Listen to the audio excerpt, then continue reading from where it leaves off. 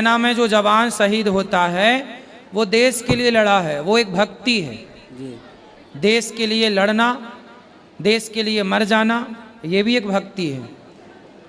और आप बोलते हैं कि मांस और मदिरा का सेवन नहीं करना चाहिए, ठीक, तो ये सेना में क्यों मिलता है मांस और मदिरा? सेना में मिलता है जी, तो बहुत लोग तो नहीं पीते।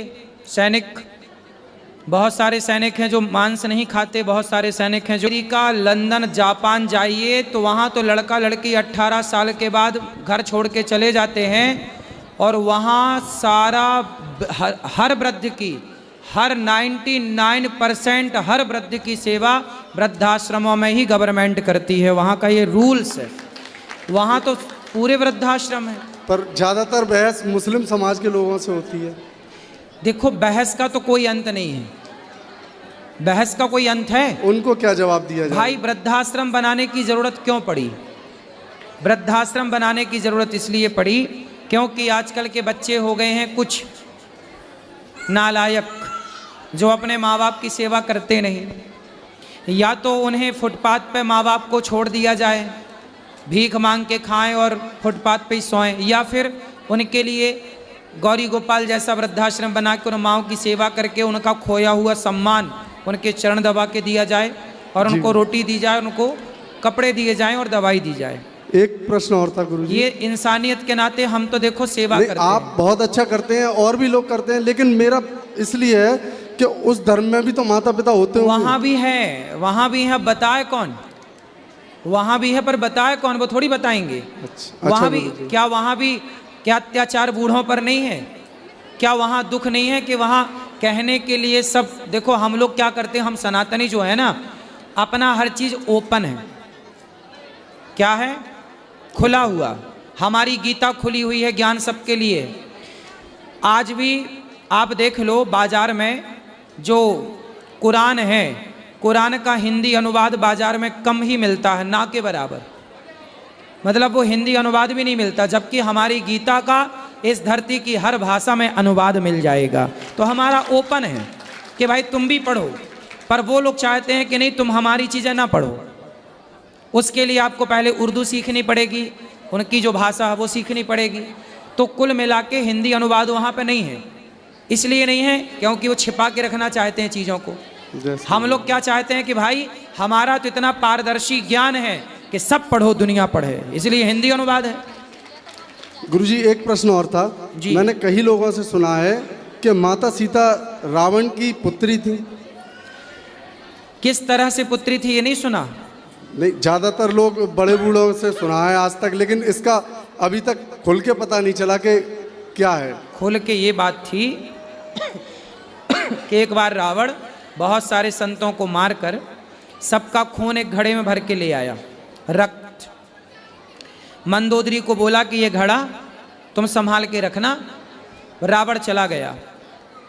रात को मंदोदरी को लगी प्यास, तो उस घड़े को खोल करके पी लिया। उसे लगा पानी है, नींद में थी, आधी नींद।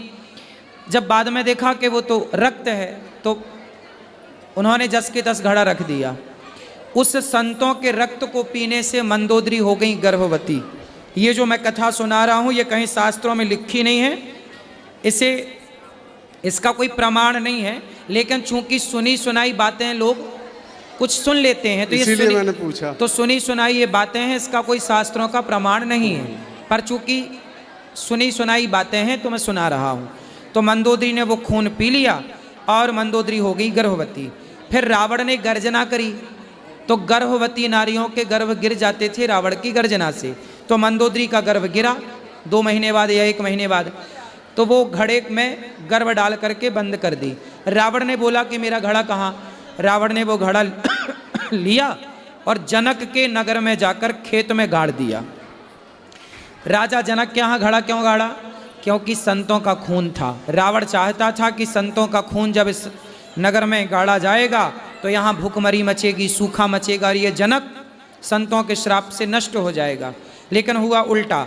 उसमें जो गर्भ था उसका पृथ्वी माँ ने पालन किया और पृथ्वी माँ ने बाद में स्वप्न दिया कि सोने का हल बना के आप चलाइए। जनक जी ने चलाया तो एक कन्या प्रकट हुई, उसी कन्या का नाम सीता है। तो चूंकि पृथ्वी से प्रकट हुई तो सीता चूंकि मंदोदरी के गर्भ से वो बाहर आई इस कथा के माध्यम से, तो वो मंदोदरी की बेटी, इस हिसाब से रावण एक पिता कहा जा सकता है। और बात ये ठीक है कि हर लड़की, यहाँ जितनी बच्चियाँ बैठी हैं, हर बच्ची हमारी बेटी है। तो रावण उम्र में बड़ा था, विद्वान भी था, तो सामान्य दृष्टिकोण से भी एक छोटी बच्ची को कोई बूढ़ा आदमी क्या बोलता, बेटा जरा यहाँ आओ, तो इस हिसाब से एक पिता कह देना कोई बुराई नहीं है। तो रावण जैसे उम्र वाले को सीता जैसे उम्र वाली बेटियां तो पिता ही कहती थी कि आप मेरे पिता के समान हो, और वास्तविक में रावण पिता के समान ही था। जय श्री मन्नारायण जी। सुना दे, जल्दी सुना दे। सुनाना है, भजन नहीं सुनाना है। बोल अब, बोलना। राधे राधे बोल पहले गुरुजी को। राधे राधे गुरुजी। राधे राधे बोलो। राधे राधे गुरुजी। जी। मेरे को जैसे नारायण कवच पढ़ना है तो कहाँ से स्टार्ट करना है? शुरू से, फर्स्ट पेज से। हरिर्विदध्यान मम सर्वरक्षाम न्यस्तांग्रि पद्मः पदगेंद्र पृष्ठे, यहाँ से स्टार्ट कर लो। ओम हरिर्विदध्यान, यहाँ से स्टार्ट है, आगे उसमें सब विधि रहती है, वहीं से पढ़ना। और क्या? जी ठीक है। जय श्रीमन्नारायण। जय श्रीमन्नारायण। राधे राधे गुरुजी। जी। मेरे पापा रोज कहते कि मेरा पेट कम नहीं होता, मेहनत कराकर मैं मेहनत करता हूँ, मेरा पेट ही कम नहीं होता, तो इसके लिए क्या समाधान होगा? तो आपका पेट बड़ा है? हाँ। अच्छा, तो क्या भर गया आपके पेट में? खाना। तो इतना खा लिया कि भरा ही है तब से? नहीं, कम खा दो तभी भी कम नहीं होता। आप दौड़ा करो ज्यादा। दौड़ता हूँ। वॉलीबॉल खेला करो। अच्छा। वो पाँव से मारते वॉलीबॉल की फुटबॉल होती है? फुटबॉल खेला करो, फुटबॉल खेला करो, ठीक है? राधे राधे। और पापा ना बोला करो, पिताजी बोला करो। क्या बोलोगे? पिताजी। पिताजी। चलो, और किसका प्रश्न है? वो दे दो, बहन को दे दो। ये मैया को। हाँ हाँ, मैया को भी यहाँ भी ले आना। गुरुजी राधे राधे।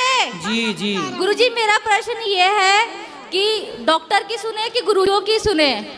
डॉक्टर की भी सुन लो, क्योंकि गुरुजी कहते हैं कि कुछ खाओ पियो मत, गलत चीजें। डॉक्टर कहते हैं ये सब खाओ तभी बीमारी सही होगी, तो किसकी सुने? तो क्या खाने का बोलते हैं डॉक्टर? यही अंडा मुर्गा मछली सब कुछ कहते हैं खाने, और हमने छोड़ दिया है 2 साल से। अरे वो डॉक्टर है कि नालायक है जो अंडा खवाए तुम्हें?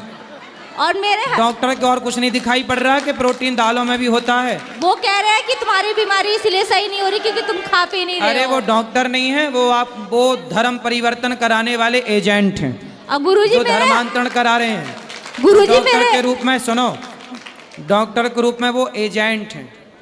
जो आपको मांस खाने का कहे, अंडा खाने का, उनसे पूछो मूर्खों से कि क्या अंडे में ही प्रोटीन होता है? केले में नहीं होता, दालों में नहीं होता, दूध में नहीं होता?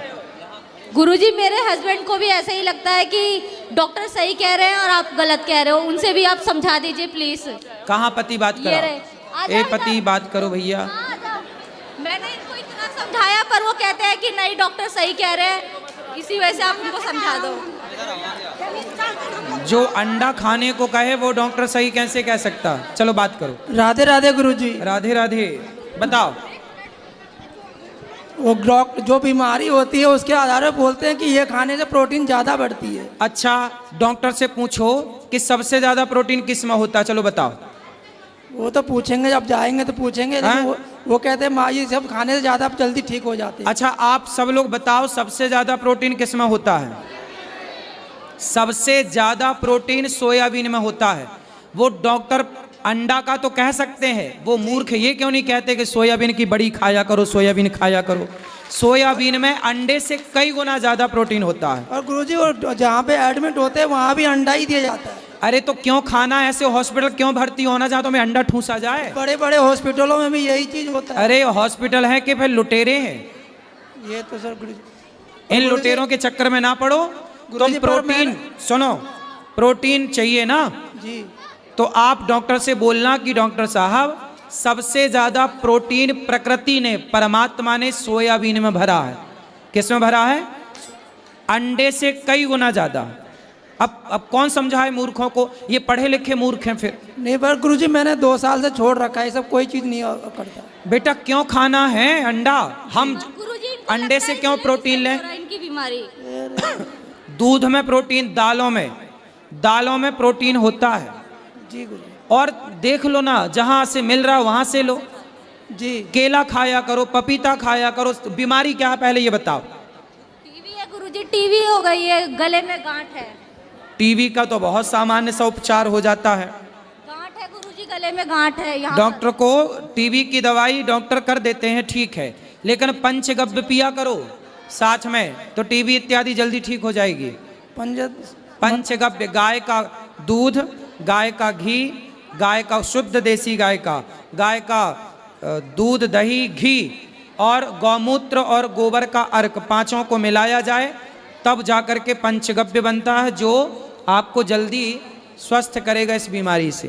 जी गुरुजी। ठीक है? अंडे वंडे ना खाने लग जाओ। राधे राधे। संडे हो या मंडे, कभी ना खाओ अंडे। श्री हनुमान चालीसा।